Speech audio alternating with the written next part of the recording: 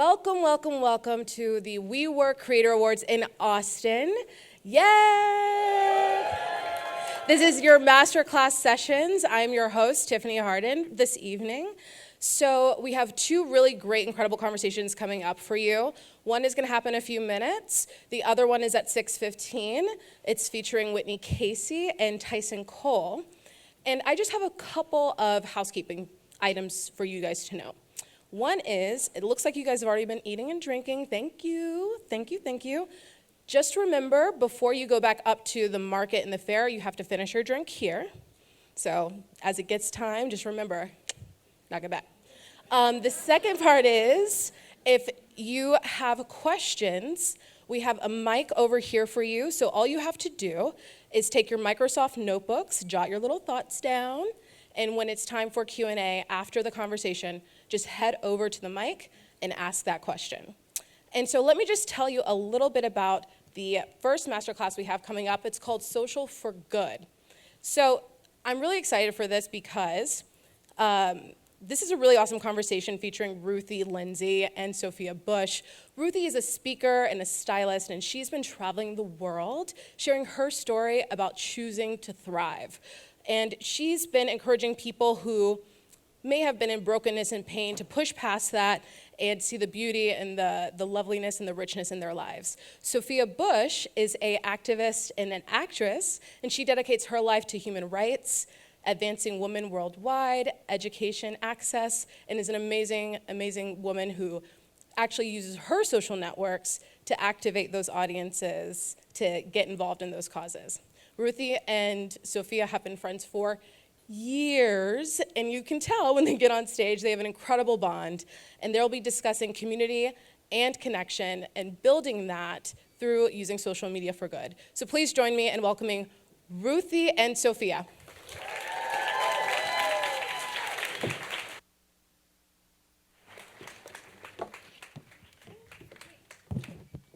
Hi, how is everybody? I just need to preface this by saying that we only discovered when we walked into this room that this was not a 3,500 person audience, and we're sweating less.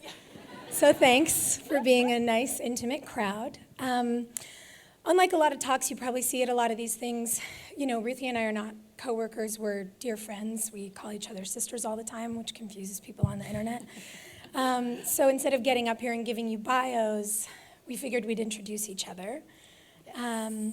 Ruthie and I met actually first on the internet. It was like not on a dating app, calm down. And we got connected because so many people were telling us that we shared the same sorts of messages of hope and growth. And I remember starting to follow her and thinking like, oh my gosh, this girl, she's special.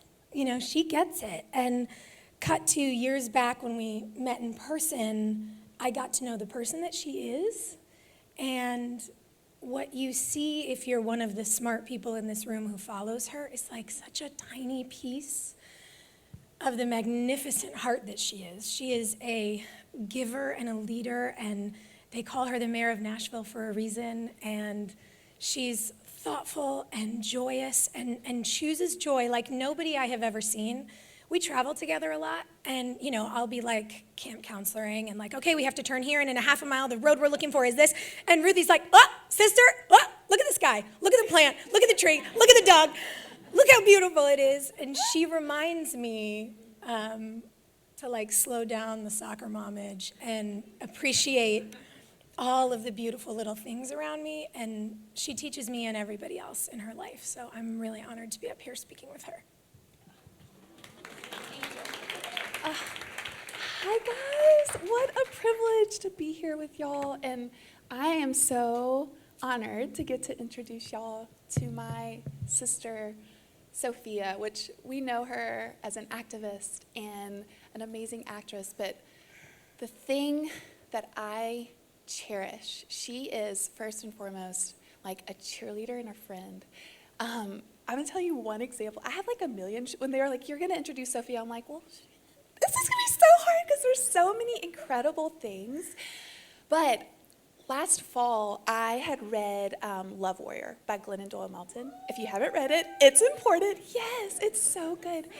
And I was like, I need to hear this woman speak. Like, she just spoke to my heart, and like, it was just truth. You know, it just felt right. And I look online, and the next week she was speaking in Chicago, and Sophia was her guest speaker. And I'm like, what the what? So I texted Soph. I'm like, sister, oh my goodness. And she hadn't read the book yet, but she knew about her. And she was like, yeah, come on, come be my +1. So I bought a ticket. It was during some sort of baseball thing. So they were like a fortune. I don't sport, but I know it was a big deal. And it was like a fortune, but I was like, I know I'm supposed to be here, you know? And so I bought a ticket. She cuts off set, picks me up. We go backstage. She and this other lady come back to meet Sophia, and they were really excited to meet her. Just, you could tell, just really big fans, and like loved what she was doing in the world. And literally, they were just going on, and the first words out of Sophia's mouth was, I am so honored to be here with y'all. Thank you so much for having me. But I really feel like the reason we're here right now is y'all need to meet my friend Ruthie, and y'all need to hear her story. And I was like, blah, like what? What in the world? It's fine. But that is her. She just puts people, it's not about her. She just puts people in front of others and puts herself behind. Like, she takes care of herself, obviously, but like, she is just so for us. Like, her people, I just listen to her all the time. She's a cheerleader. She's a champion for those around her. And it's humbling to my core to get to experience. It's like a privilege to get to do life with you, because you teach me so much on how to love people, and you make me want to be better.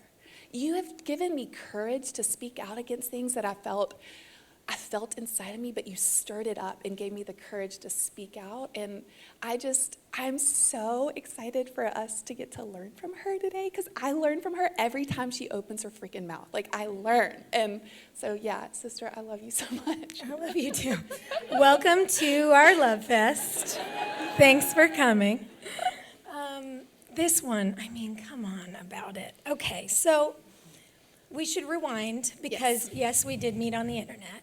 And yes, we were drawn to an authenticity. I know that's like becoming an annoying buzzword, but 5 years ago it wasn't, and it was the thing here. And there was a depth and a willingness to share, and I thought, I like to do that. And sometimes that feels scary when, in whatever size your audience may be, and in whatever realm people may know you, and sort of assume that when you are a public figure in your community, or a public figure on television, or if you started some tech company, that like you have it all figured out. It's not always an easy thing to say, actually, I'm still so scared. Yeah. And I watched her doing it, and I knew there was something happening. And what I think we distilled later that we've talked a lot about is how that stuff is all really valid. You know, what you can build online is, it's not that it is unreal, but it is two-dimensional. So it's not fully baked. It's a suggestion. Yeah, it's a vehicle. Yeah, and this was a great suggestion, but like then sometimes you meet people and you're like, oh, you're so nice online, and in real life you're a dick. Yeah. She's not. And we met, and I was like, everything I thought about you was so right on. And I feel like as I get sort of older and wiser, I find those things more quickly in people, and I can see people faster and faster. Yeah. And we saw each other, but our friendship grew from the digital suggestion. It grew in the analog. It grew face to face. It grew in late nights, and it grew in times where we could support each other and pick each other up. And that's the thing I think that we always want to encourage people to do, is to take that step. And vulnerability is terrifying, we know, and it's not just an emotional feeling, like the data shows us that, which always makes me feel better. I love when anything that feels emotional or psychological has data to back it up. I'm like, see, there's a graph. And, you know, Brene Brown wrote a whole book about how vulnerability requires tremendous courage. Yeah. But if you choose that, if you lead with that courage and you offer someone that gift of the me too, that changes not just your world, your friend's world, but it can set an example that changes the world around you. I mean, I know because I read your tweets, there are people who are in this audience today who are like, I just love y'all's friendship. And I'm like, that's the coolest compliment ever for us. Right. It's so sweet. And I think it can become the launch pad of real connection that has to be in person. But it's interesting because social media can be, like we said, this really beautiful vehicle of finding like-minded people and, like Soph said, like giving people that Me Too moment where your guard comes down a little bit and you realize, because I think what's so tragic about pain, emotional, physical, spiritual, whatever type of pain we all have experienced, either are right now, have, or will, is you feel alone.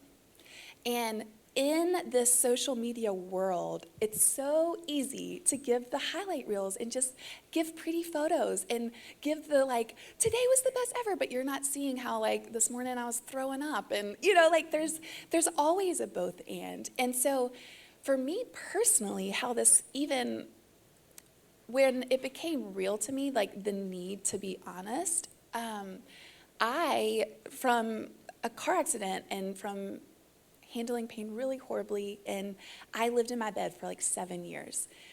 And I would look on Facebook and I would see people's lives and I'd be like, man, I wish I was out playing with my children or out doing these beautiful